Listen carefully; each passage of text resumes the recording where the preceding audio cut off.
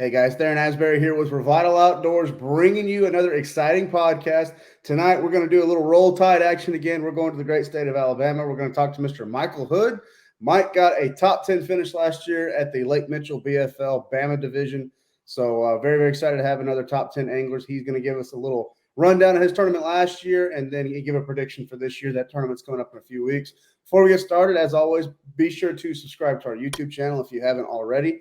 That way you get notified when all of our content is dropping. Also, check us out on Instagram and Facebook, Revital Outdoors. And if you've never heard of Revital Outdoors, we're a premium CBD company for all outdoor enthusiasts. Our products are THC-free, made right here in America. So be sure to check them out on our website, www.revitaloutdoors.com. And if you're interested in a pro staff position, we are accepting applications right now. Click on that pro staff tab, fill out the application. We'll be happy to review that. So without further ado, let's go ahead and get right into it. Very excited to talk to Mr. Mike Hood, again, top 10 angler from the great state of Alabama last year at Lake Mitchell. Mike, how you doing this evening? Doing great. How are you doing, Theron?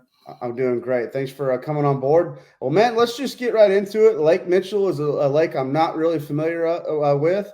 Tried to do some research on it. Not a whole lot of research to be found. I think it kind of gets covered up a little bit by all the other great bass fishing lakes in the state of Alabama. So tell us a little bit about Lake Mitchell.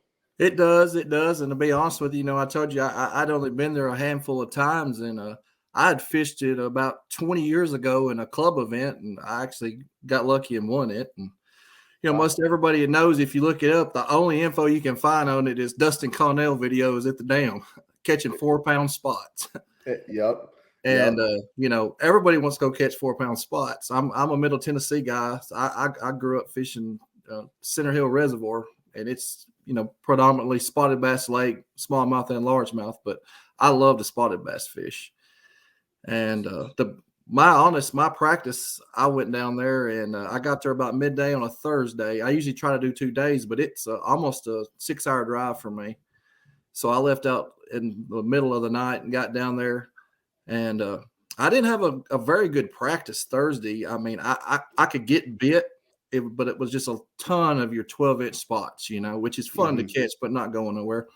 And I had been hearing, it's going to take 20 pounds of spots to win. And, I mean, I knew that wasn't going to do it. So I went to the dam. I tried to do the fishing like everybody else was going to do, because I've always been a points guy. I just can't get that big win against, the competition in the BFLs, man. I've won a lot of local events and stuff like that, but you get out there against that competition there, especially me being a Middle Tennessee boy trying to compete with the Bama boys in their home waters. They'll welcome you with open arms. I mean, to come bring you money, because I took my lumps over the years. But I found a lot of my friends know I got a group of guys I travel with. I fished, 5 different tournament trails, and I fished several BFLs. I fished the Central Toyotas, and I fished Alabama Bass Trail. I fished North and South Division last year. Mm-hmm. And they all know I like to throw a tube for spotted bass. Well, I could take my tube, and I could get bit. Wasn't going to have a big bag, but I could get bit.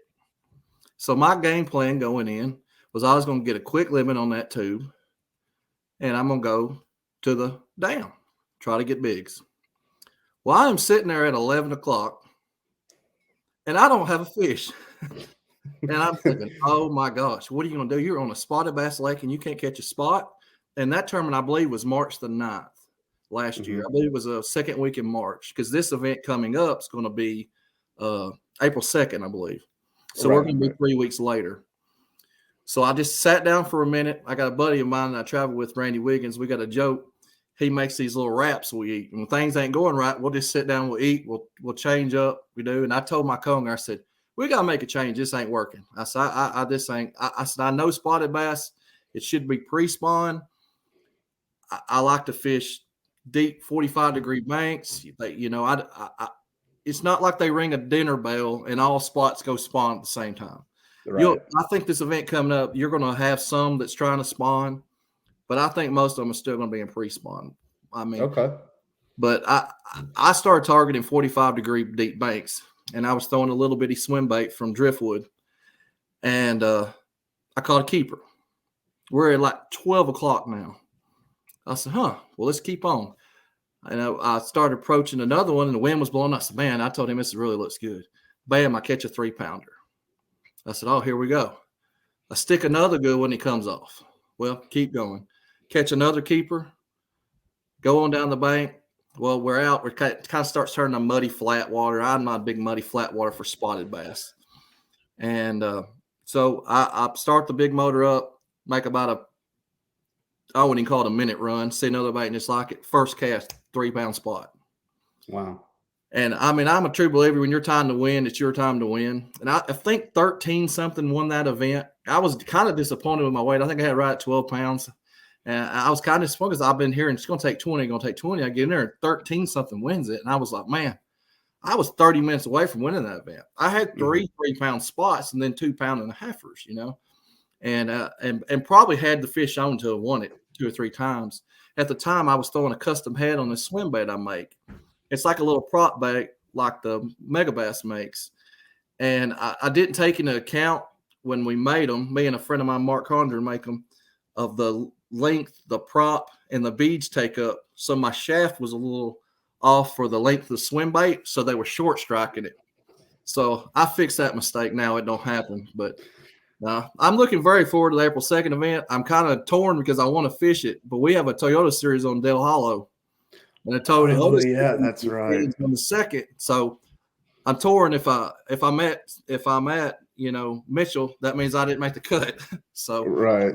Either way, but I think it's going to be a fun event. I mean, I think you're going to have some spawners, you know, and the largemouth bite. What people don't understand around here in the South and Tennessee, Alabama, all these waters here in the springtime, you know, it's so hard to make a predictions because of our weather. I mean, I was just at the Alabama Bass Trail North Division this past week. Friday, it was 72 degrees for practice. Saturday, it's a blizzard.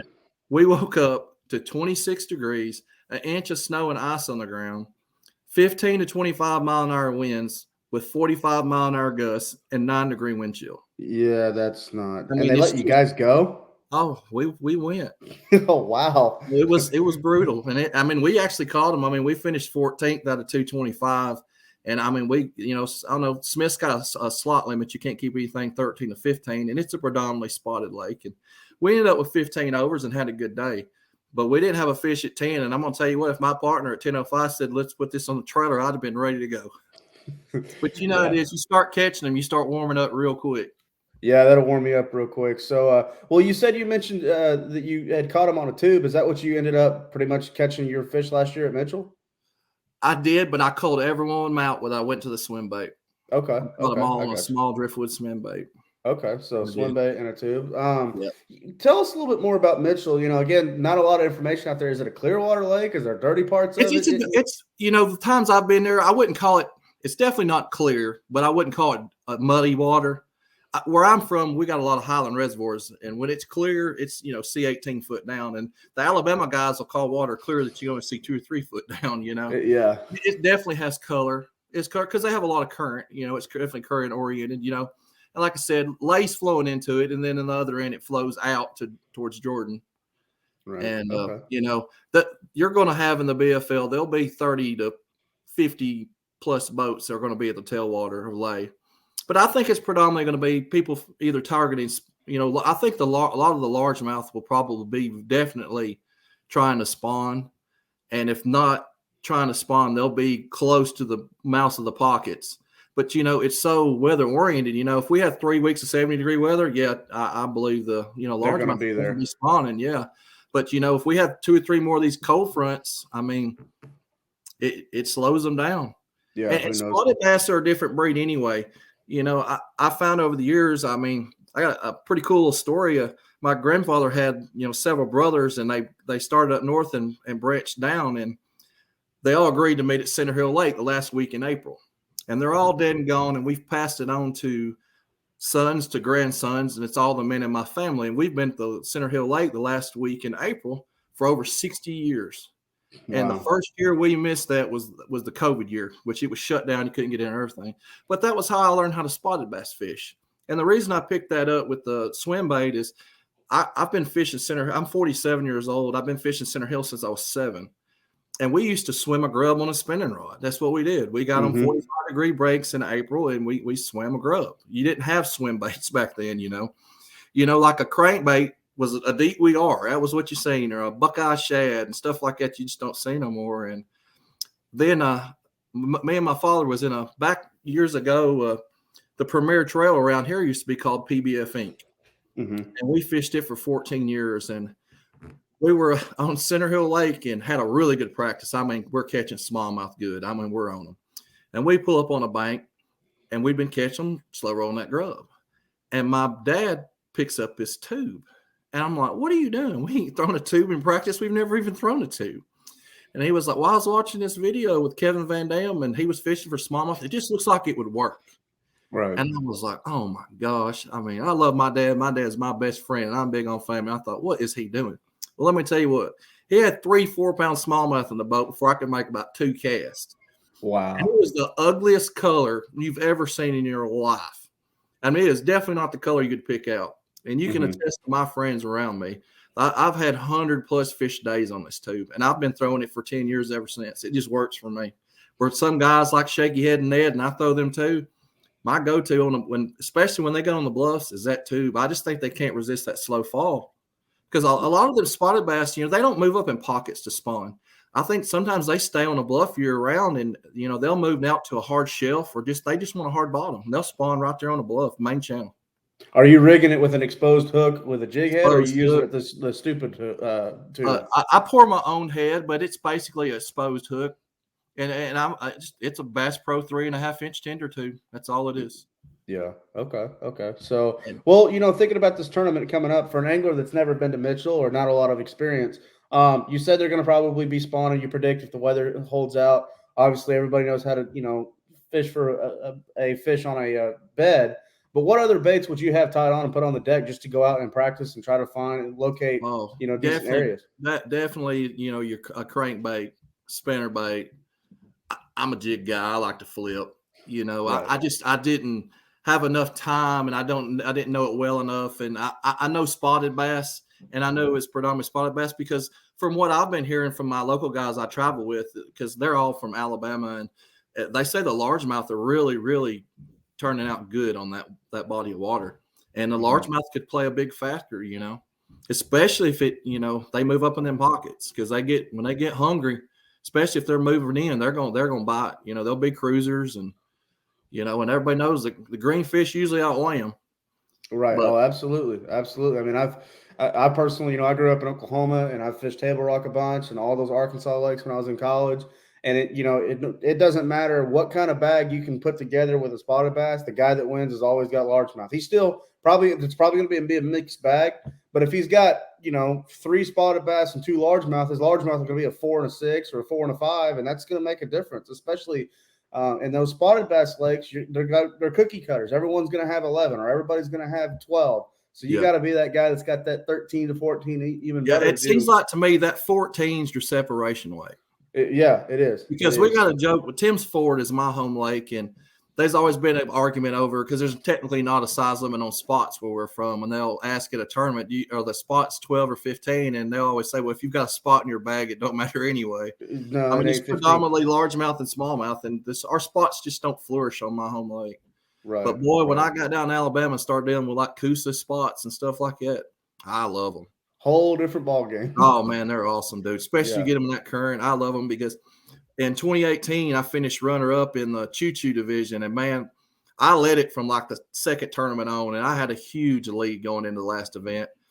And not making excuses, because it's your time to win. It's your time. It's still sore spot, but I was on them pretty good, and I got to my first spot, and they had every gate open, and the wind was blowing about 25, and my trolling motor broke on my first stop. Oh, no. And, dude, I mean, it was just mechanical failure, and you just got to look at it. It just wasn't meant to be. It wasn't my time, Right. And I got in to weigh in, and the guys that were in second and third both zeroed.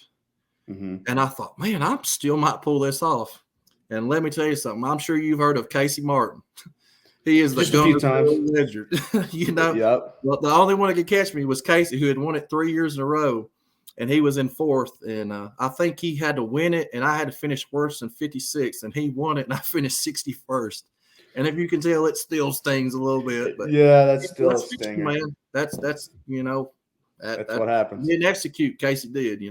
Casey's a great guy, man. He come up and, man, I hate to win it that way. I'm like, hey, dude, I'd have hoisted the trophy too.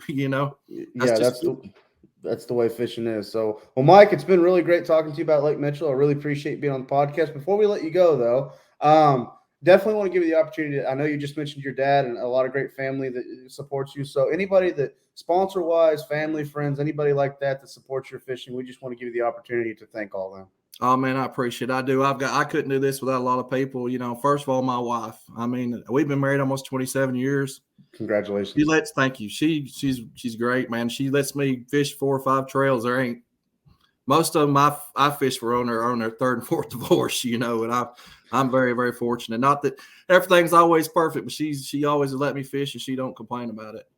But my dad's always been my biggest fan. I mean, he helps me rig up. I do body work and paint. I work for myself, and I work out of my shop in my house, and my boat stays at his house. And they're getting older, and he can't fish as much. And when I'm over there and I can get ready for tournament, he's out there lining 20 rods with me. I can't do that. But I got a guy named John Causey.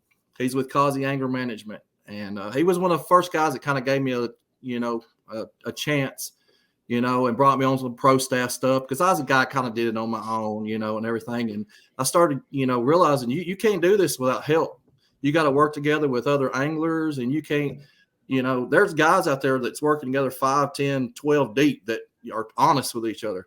And you put that knowledge together, you're not beating them by yourself. No. And John taught me a lot, man, and he got me hooked up with a lot of right people. And if I can be 6 hours away and break a prop and he's on the way, and so, big shout out to John and Jayco's Marine, Bronson King at Jayco's Marine. He takes care of us anglers. He don't make a dime off us. And, anything, I mean, there ain't many in that business. A lot of this, this sport right here, there's some greedy people. And he is not one of them. They do right. Blazer Boats, I run the 650 Pro Tour. This is my second year with Blazer. I've been running 650 since it came out. It's one of the best riding boats in the market. Anybody wants a ride, I'd be happy to give them a demo. It's great. Mercury, I throw Daiwa reels. I've been with Daiwa. Daiwa's a great company. Everybody knows that. I just signed a deal I'm very happy about with Cash and Rods with Jason Holland. Mm-hmm. Getting to throw the new Icon series. Man, that rod is it's great. I mean, it's sensitive. It's awesome. But I got other people like Robert Otter at Driftwood Custom Baits. He started building swim baits out of his garage. And I was one of the first guys ever put him on a jersey. And he's so big now, he had to quit a big job to keep up with it. He's in several countries now, and his swim bait is second to none. It's great. And I'm a Picasso Lures, Strike King, Bass Reaper Baits.